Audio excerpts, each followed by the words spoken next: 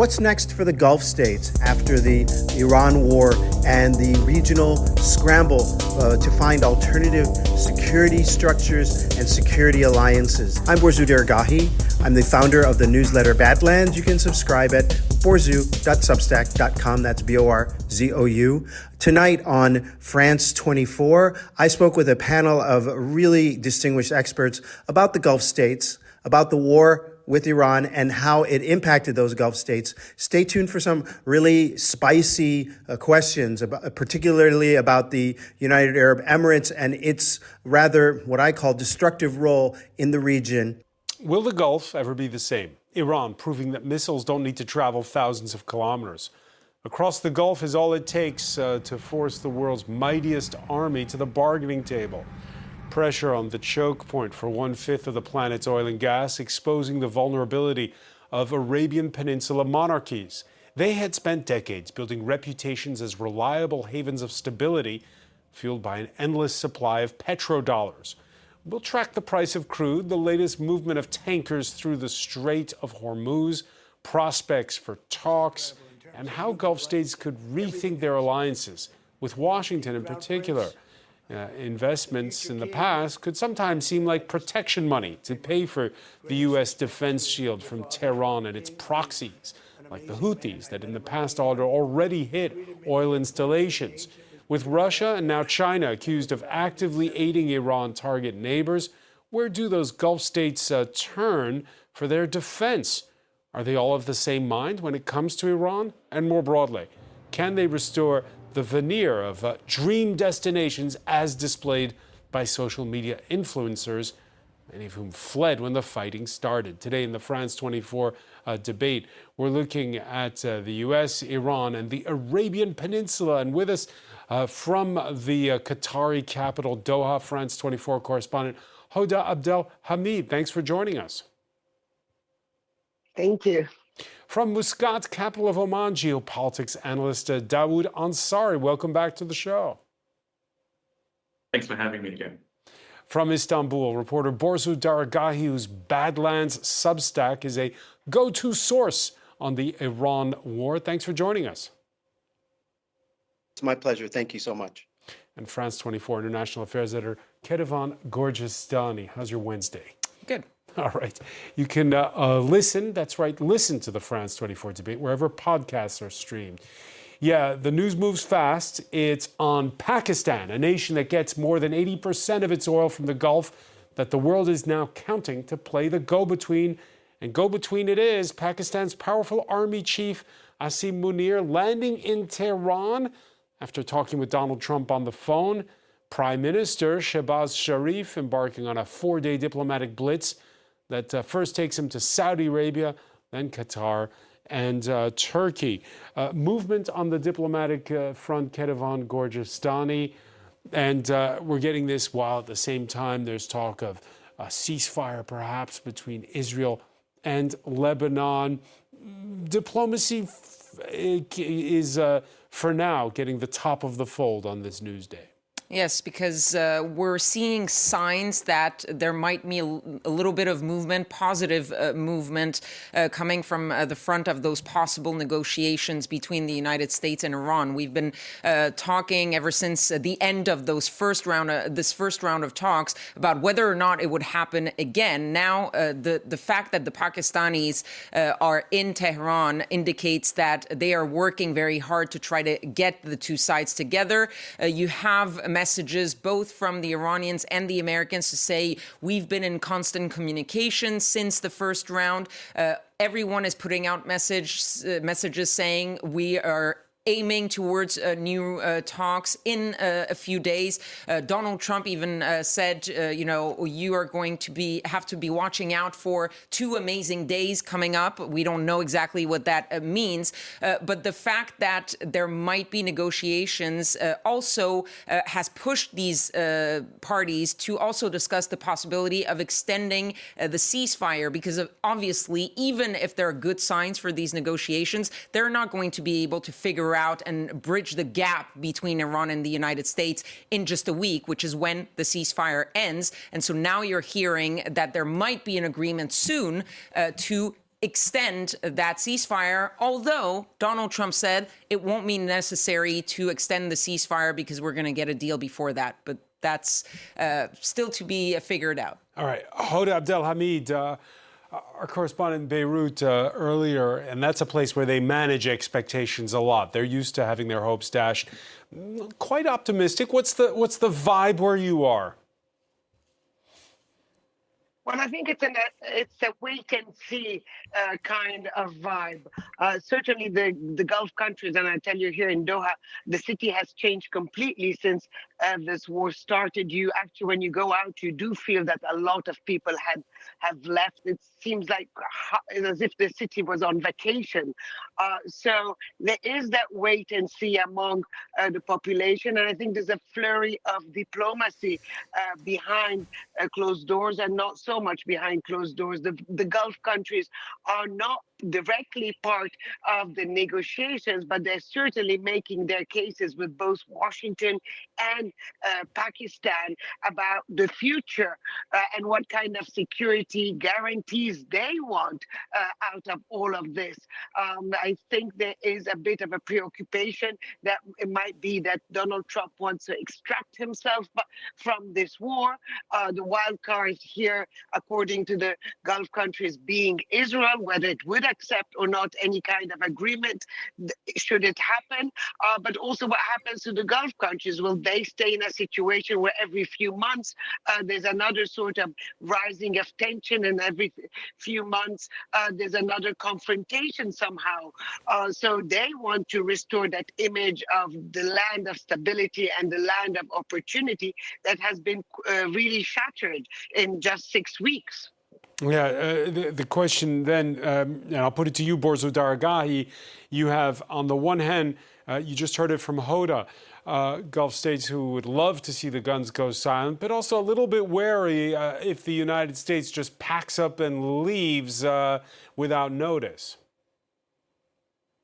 Yeah, I mean, I think that is a really important point, and it made me think when Hoda was speaking that there really is no security, that it's always perhaps been an illusion of security in this part of the world, and that illusion has now been punctured to a large extent, and there is a scramble going on to figure out what the next arrangement is going to be. I think the main problem is you have a real disconnect in these ongoing talks. You have, on the one hand, the Iranians that are serious about making some kind of deal, but perhaps the negotiating team is disconnected from the Revolutionary Guard that actually runs the country. And then you have, on the other hand, the U.S. That is not serious, that is basically run by a game show host who doesn't have the attention span, and perhaps, let's be frank, like is not in a right state of mind at all, that probably should be removed from office for obvious and completely visible mental problems at this point, and a deputy, the J.D. Vance, who's thinking basically how is he going to turn this into a way to win the elections in 2028. So they're pretty much trying to figure out a way out, but not thinking about it in terms of the security of the region. And then you have the Gulf states, Pakistan, as well as Egypt and Turkey, these powerful regional hegemons that are also serious about working something out, but don't have any kind of veto power or real authority over the actual terms of the final agreement. Okay, so Dawood Ansari, you heard Hoda say Doha is quieter. People are away. It feels like the city's on vacation, is what she said. You heard Borzu say that perhaps the illusion of the Gulf being a safe place has been shattered. How does it feel where you're sitting in Muscat? Well, definitely Muscat is slightly more relaxed than perhaps Doha or Kuwait or Bahrain might have been. The biggest thing that hit us in Doha was eventually a large wave of incoming refugees from Dubai trying to catch flights to Europe. But jokes aside, it is quite a perplexed situation here over the Gulf. Life is going on very as normal as it could be, while at the same time people do understand that something is different. The war is different, that obviously changed from capital to one another, just as Iran's attacks on the various capitals of the GCC have also been very different. It's perhaps quite important to say that this has been quite a good test to a certain extent of GCC defense system, which have proven to be very effective. Particularly the UAE have been under heavy attack by Iran, and nonetheless, the effectual what you can see on the ground in terms of physical effects is very limited nonetheless, and that's obviously where it actually hits the GCC states really hard. The economic effect might be quite substantial. I'm personally convinced that yes, tourism is going to return, so there will be a return to normal to a large extent, and a lot of what we're seeing is probably short-term. However, some of the things, they may just not be short-term, and particularly I'm thinking of, as you already mentioned, the image of stability. So particularly the UAE has invested a lot in the issue of this is a place of perfect security, of stability, and to a certain extent it might still be. But however, when we're talking about global capital, we're talking about the idea to attract foreign direct investments for data centers, for new factories, for bringing chemical industry into those countries. And here's the question when it comes to global competition around the because Dawood, on that point, the last time you joined us, it was the day when an Amazon data center had been targeted, and well, that really made people nervous, you were telling us. Absolutely, it did. For the Gulf states, economic diversification is not just a buzzword, it is an integral objective for the main purpose that populations in the Gulf are growing at an insane rate. Saudi Arabia, for instance, looking at more than 100,000 university graduates every year. They need to get jobs, and they won't find these new jobs in the oil and gas sector, which is very much saturated. They will most likely find those jobs in new sectors. And AI was supposed to be one of the very, very sectors that guarantees future employment and future economy for the Gulf. And especially these sectors being hit where capital is quite volatile and can easily move somewhere else, that hits the Gulf states where it hurts. All right, right now there's a ceasefire, but there's still a lot of fog of war. The whole world watching the price at the pump. A lot of Tuesday was spent obsessing about a ship called the Rich Starry. It was first reported that this Chinese-owned tanker flying a Malaysian flag had sailed through the Strait of Hormuz after filling up in Iran. But it turns out that it's since reversed course. So far, 8 Iran-linked tankers have been intercepted since a U.S. blockade went into effect. Kedevan Gorjestani, March has now become April, and the oil that's not getting through is also oil, by the way, that's not being put on these tankers. The whole world's going to feel the pinch, yes, in the short term, but perhaps longer than we think. Yes, because even if you had a sort of agreement and that the Strait of Hormuz would reopen, there would be no longer a blockade, no longer an Iranian control, it would take some time to get back into the situation. But one of the reasons that we are focused on all of these tankers, and the Rich Starry was really a good example, is that everyone was focused on whether or not these tankers would be able to sail through the Strait of Hormuz. The Americans, the naval blockade is south of the strait, at the entrance of the strait in the Gulf of Oman. That's where they have stationed 12 or 15 warships to implement that blockade. And according to the latest number by Central Command, 9 tankers have tried to get out, coming from Iranian ports, going through the Strait of Hormuz, and some of them even past the Strait of Hormuz. And then the Americans talked to them, told them, you need to turn around because you can't get through, and they cooperated. That is very important. So far, at least from what we know, all of the tankers who have tried to leave, once they've encountered the American blockade, have cooperated and turned back and gone back to the Strait of Hormuz. The question is, what happens if there is a tanker that doesn't cooperate? The Americans will have to use force. They haven't had to use force so far. It has been a deterrent, this naval blockade. They haven't had to implement it really by force. The other question is that the naval blockade is meant to blockade ships in and out of Iranian ports. That is the focus. They are not there to blockade tankers that would come from, for example, Gulf states trying to get their own oil out to the rest of the world. The question there is whether or not any of those tankers have been able to move, because we don't have any information about that.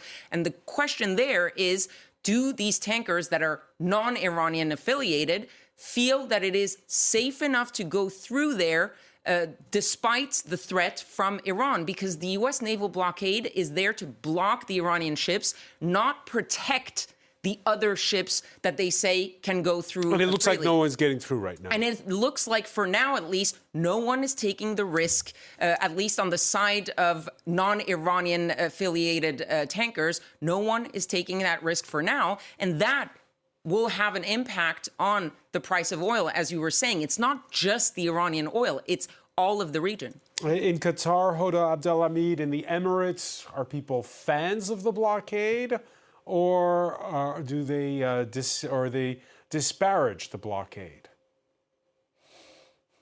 Well, they disparage the blockade. You know, the rest of the world looks at this blockade as the export of oil and gas and fertilizers that is much needed around the world. But the Strait of Hormuz is also very important for the everyday life of the Gulf countries. You have to think about the food that's being imported through that strait. For some countries, is up to 70% of their consumption.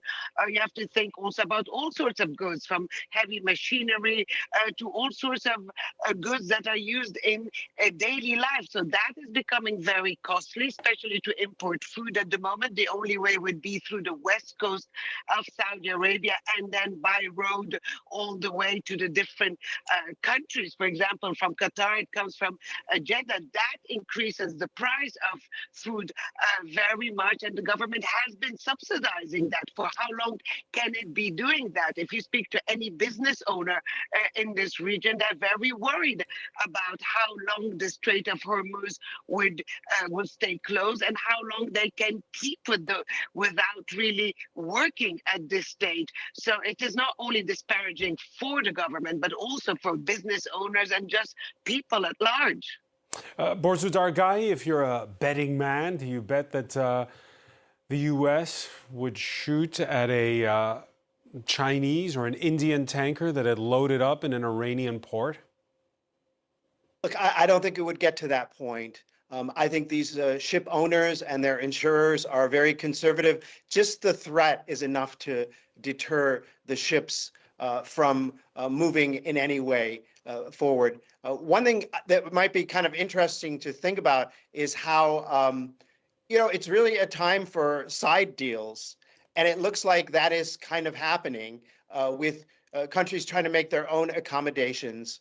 It was mentioned that Saudi Arabia, which has a Red Sea coast and a significant strategic depth compared to the other smaller Gulf countries, they're going to come out winners of all of this. Obviously, their major cities aren't, completely on the Persian Gulf coast.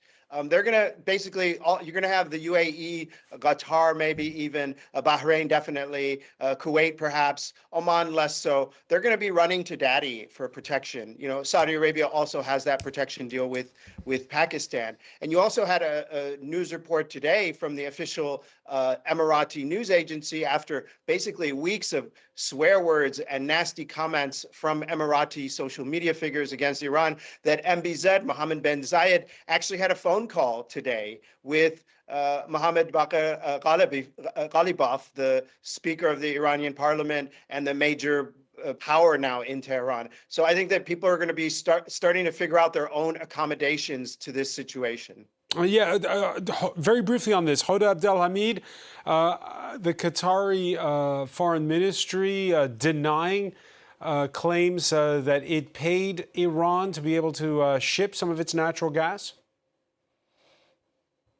It has denied that, and also we know that it tried to have a ship go through the Strait of Hormuz, but it was diverted back to Qatar.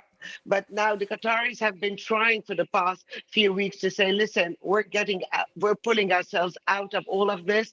We have nothing to do with this anymore. Their position being that they were kind of betrayed by Iran, since they have been trying to do that mediating role along with Oman since well before this war started. They've been talking against the war. They also somehow, even if they don't say it so frankly, are a bit also quite angry at the United States. You know, the security arrangement, having El Udeid, the biggest U.S. base in the region, on their land, then in the end, what did it bring? What protection exactly did it bring? So I think there is a lot of discussion within the Qatari government of how to go ahead now, especially if the Qataris have always said the reality is that Iran will always remain our neighbors, and that is a fact we can't change.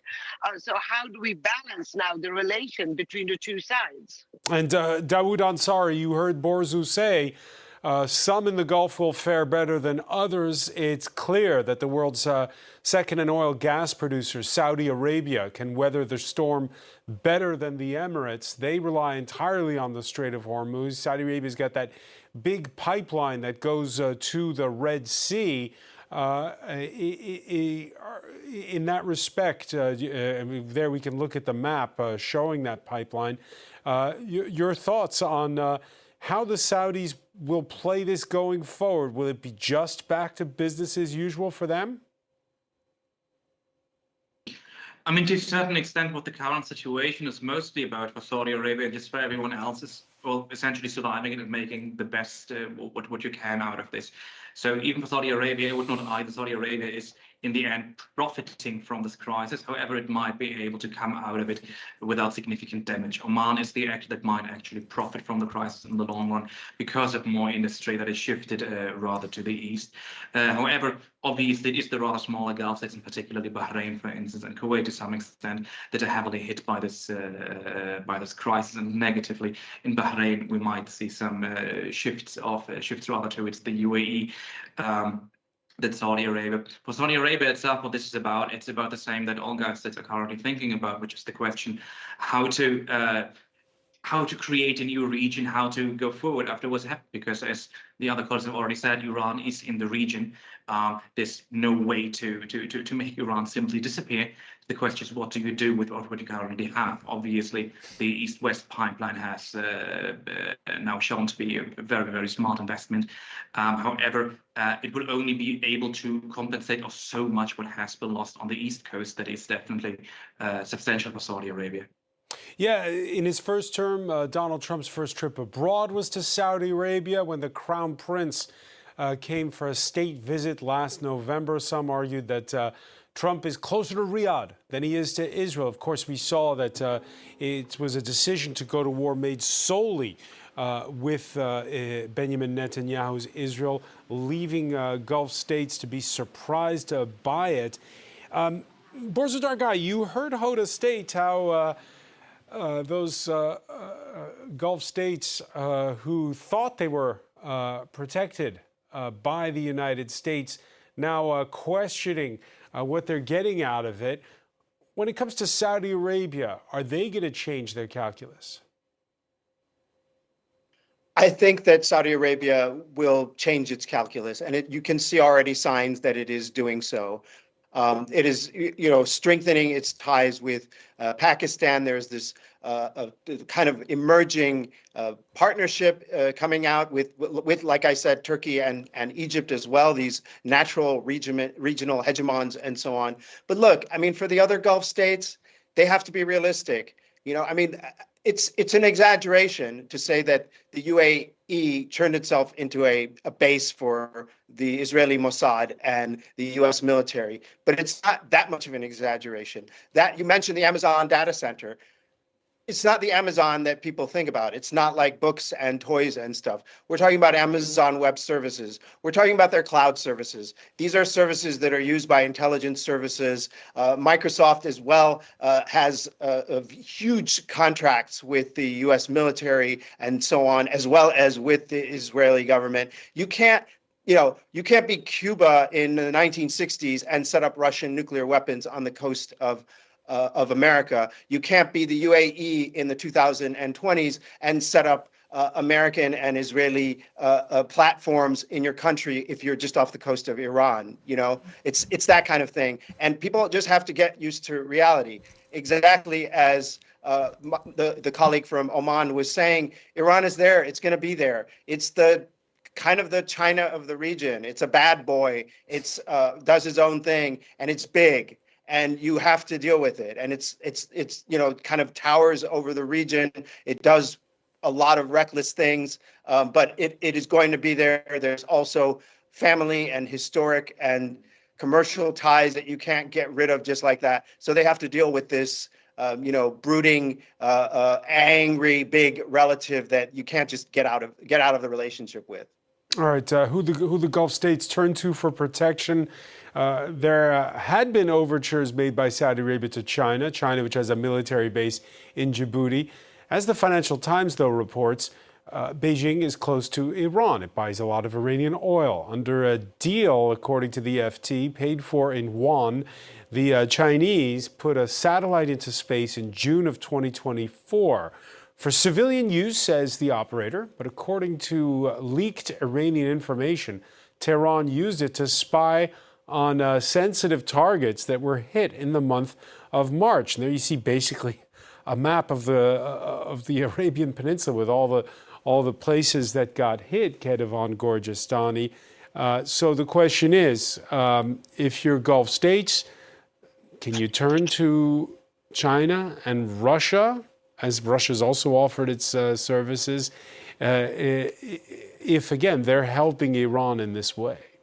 Well, I think, again, it's a question of can they or do they have to? Do they have to, in a way, diversify? Clearly, they can't fully only count on the United States because there are other players, and therefore they're going to have to figure out a way of dealing with the Chinese. And the Chinese, I think, also, like the Russians, are willing to make deals. They're not beyond making deals with two rivaling countries. That's something that they can do very well and that they will likely do if financially it is interesting, if geopolitically it is interesting. And I think for the Gulf states, it's probably more China than Russia, because at this point, it's China that is economically more attractive, and they're going to have to see how that works. The only question is also how do the United States react to possible overtures by the Gulf states to the Chinese? And right now, when you look at the reaction of Donald Trump, and it was the same reaction he had with the Russians and the same reaction he's had with the Chinese when these reports came out, is to say, basically, no, they told me that they were not helping. Let's take a listen to that. Just as Donald Trump, shrugged off the concerns about the Russians providing intelligence to Iran, he's giving Xi Jinping, the president of China, the benefit of the doubt on alleged weapons shipments. He responded to a letter that I wrote because I had heard that China is giving weapons to you're seeing it all over the place, to Iran, that China's giving weapons. Did he say he's giving them? Yeah, and I wrote him a letter asking him not to do that. And he wrote me a letter saying that essentially he's not doing that. And of course, there is that big meeting coming up in a month's time between Donald Trump and Xi Jinping, and Donald Trump posting on Truth Social that there was absolutely no problem with Xi and that he was going to get a big fat hug from Xi when he arrives in China, and that their relationship is absolutely going great. Hoda Abdelhamid, how do you think leaders in the Gulf are going to react to that clip we just heard? Well, it's really difficult to gauge at this point. I think the Gulf has already started diversifying before. I think relations, for example, between Saudi and China had been warming up over the past few years. In fact, it's China that brokered an agreement between Iran and Saudi Arabia that was signed in Beijing, and that led to the opening of embassies in both Riyadh and Tehran. Now, the Gulf countries are certainly thinking that they have to diversify. They cannot only rely on the U.S. as their main, or being the main person on the international stage, may I say that, they will also want to diversify when it comes to their economy, not to rely so much on their natural resources, but try to diversify. For example, when it comes to AI or tech investment, that is something they have been looking into. Will they put all their money in the U.S.? Will you see again,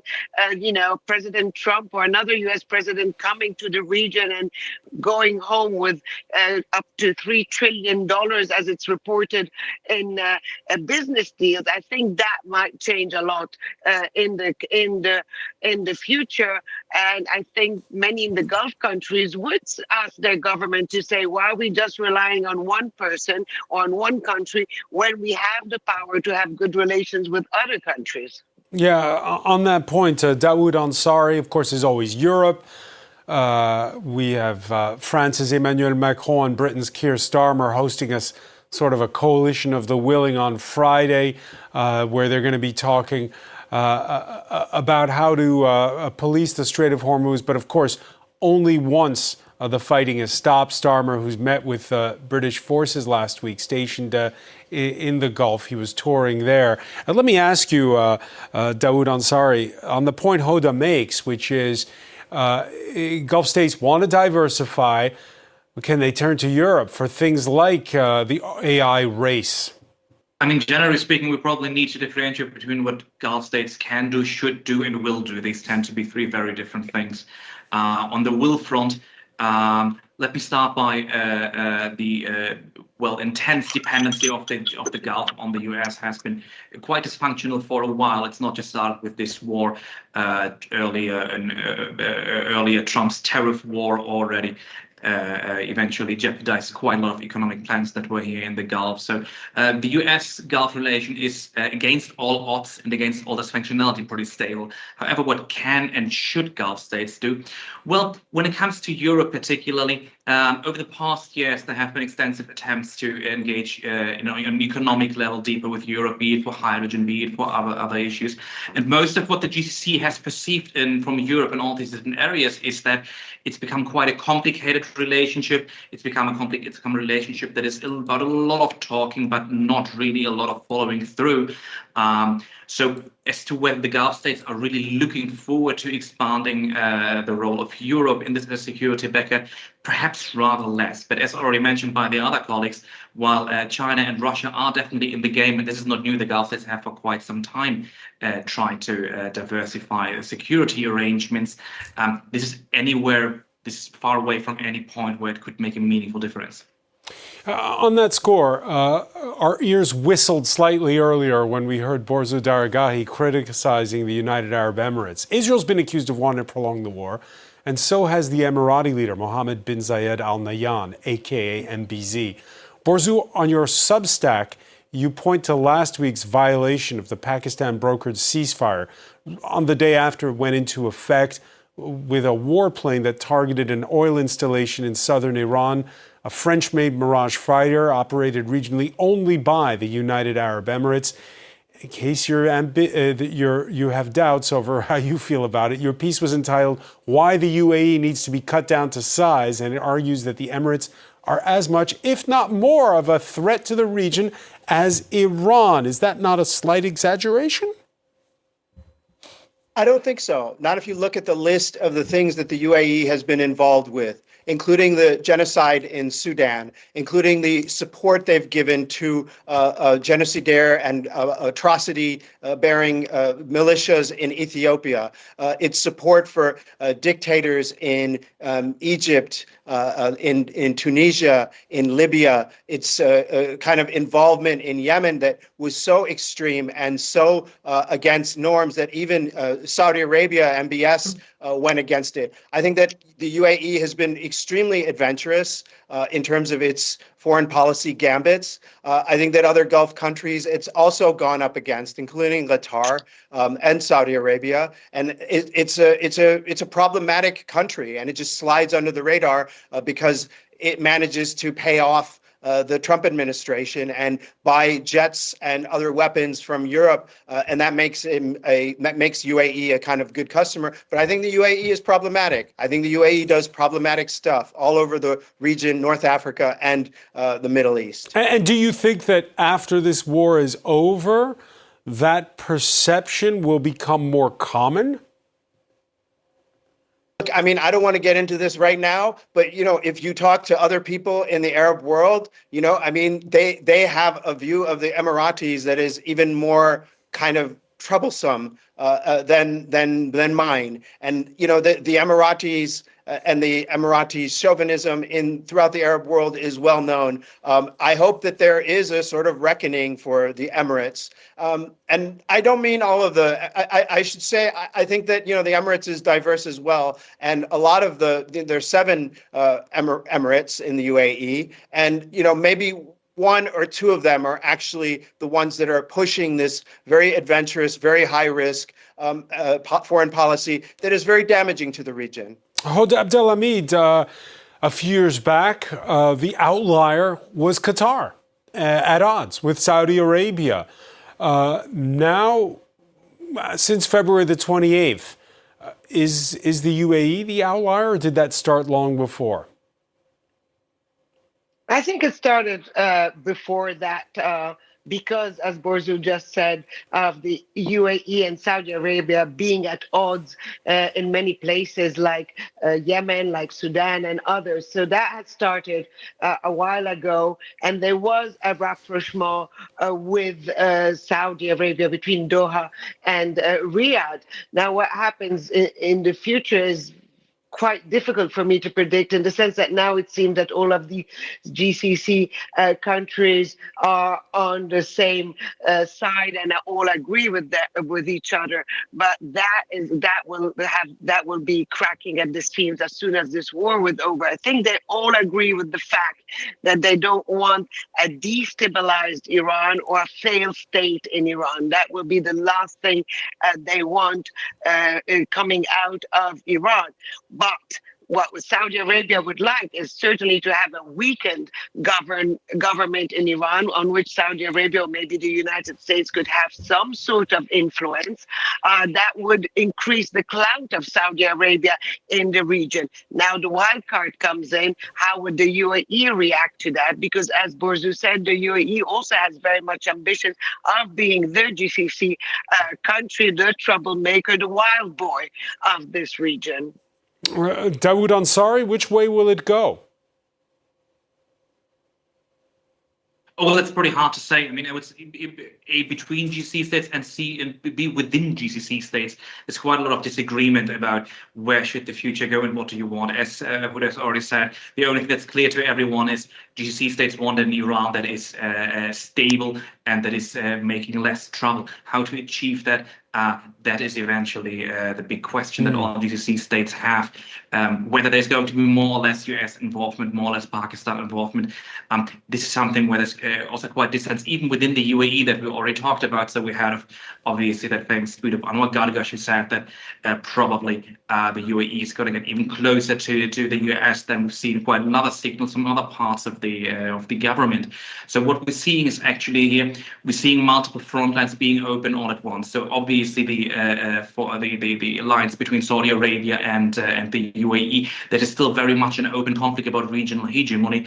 What all those deals with Iran over the past 10 years have been about is about geo-economizing the region and about to bringing Iran to a point where Iran can be submerged into an economically stable region. As we've seen now, that definitely hasn't helped, that hasn't worked, and Iran wants its seat at the table back. Iran, which, as our panelists have been saying, is not going away. We began this hour talking about the vibe, how it's changed since February the 28th. We remember at the outset those influencers in the week the war began, the ones stuck in the Gulf who had long bashed their native lands. Back in December, a French reality TV star said on television here, "For nothing in the world would I return to France. Here in Dubai, I sleep with the doors unlocked and the windows open." Her name was Maïva Guélan. This was what she had to say on the day the war started. On a tous nos passeports ici dans nos TT. Non mais on sait jamais. Et parce que il faut être, je sais pas moi, il faut, si jamais pas de châle, il y a une grande guerre, ben, il faut partir. On est des Français. Hein. La France, protégez-nous. Hein. France, protect us. Ketevan Gorjestani, much was made of that. Much was made of that, and there was a lot of, now you need France, and now you're turning back to your country, even though you haven't been paying taxes, because that was sort of the messaging there. What was very interesting was that she was absolutely not the only one who did this, but all of a sudden, you saw all of those influencers who were posting about, the missiles coming in and the explosions and things like that, and all of a sudden, there was a crackdown, and there was a change in rhetoric, and these same influencers returned to saying, no, we're fine, everything is going well, probably under pressure from local authorities in a way to say, stop talking about the bad parts of what is happening right now. But I think besides the sort of fun blaming game of influencers, it does show something, which is that we're talking about diversifying the economy. And there's this idea that a lot of these Gulf states have diversified and have become a sort of haven for luxury, for fun, for stability. And influencers are not the only one. Sports, all of those events that were brought to the Gulf, the Grand Prix for Formula One, MotoGP, the Finalissima between Spain and Argentina. All of those events were canceled because of what is going on right now. So what this does is sort of chip away at this idea that this is a place that has money, has fun, has modernity, but has also safety and security. And that part, the safety and security, is being chipped away. It could come back, obviously, if this war ends, but it might not come back exactly the way it was before. Borzo Dargali, with those influencers falling in line, be it with carrot or sticks, will people then have a short memory? And is it a parable for the money from the Gulf that goes into things like the tech sector in Europe and the United States? I mean, the parable is that I think these places are just not that great of places, personally, and I think that they're kind of really fake. And we can contrast them to Oman, for example, which is a really real place with real people. And they don't pay influencers to lie about how wonderful it is to live there, because actually a country like Oman is actually wonderful, and it's got real beauty and real culture. So I would think that that's the main problem. The UAE, Dubai, for example, used to have really cool parts of the city, and they destroyed them and turned them into shopping malls and highways. And then they hire people to pump this lifestyle up. I think that's a shame. And I think that these places are so built on speculative hype and speculative capital that they're bound to at some point come falling down. All right, we'll have to unfortunately leave it there. Borzo Dargali, who's not a fan of skyscrapers and going to the mall by the sound of it. Thank you for being with us from Istanbul. I want to thank Hoda Abdelhamid in Doha, Dawood Ansari in Muscat, Ketevan Gorjestani. Thank you for being with us here in the France 24. And thanks for watching and listening. This is Borzo Dargali of the Badlands podcast. Thank you so much.